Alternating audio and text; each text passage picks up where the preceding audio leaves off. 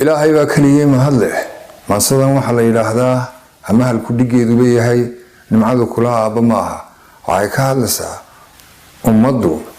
marka kalgacayl iyo naxariis iyo jacayl dhexdeeda yaalo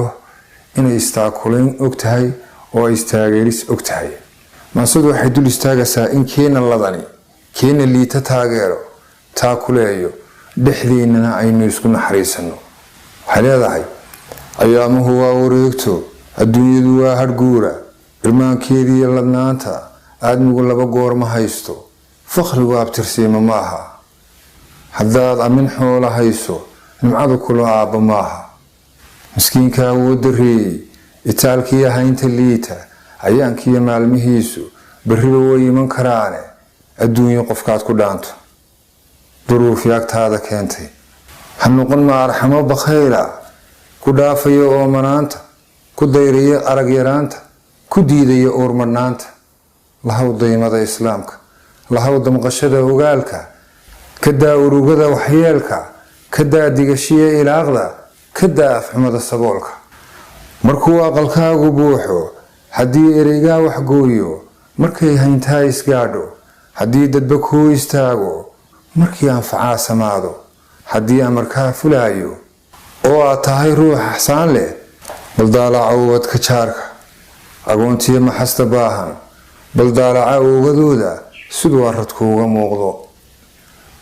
damiirka haddaad dhexdiisa dareenka ogaal ka siiso baldaalaca waad ilmayne hooyadan dhaxamaha ordaysa dheeftii ubad raadinaysa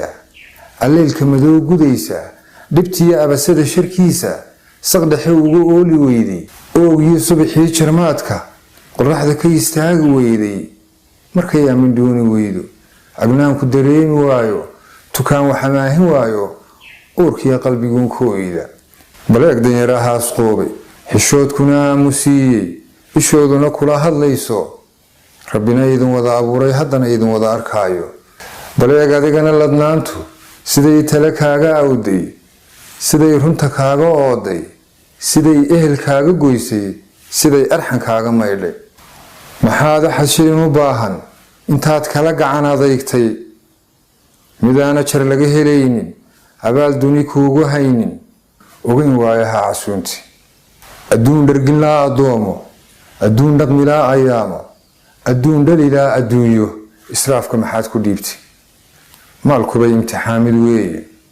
ilaa hantiduu ku siiyey haddaad iridaha samaanta wanaag ku aruurin weydo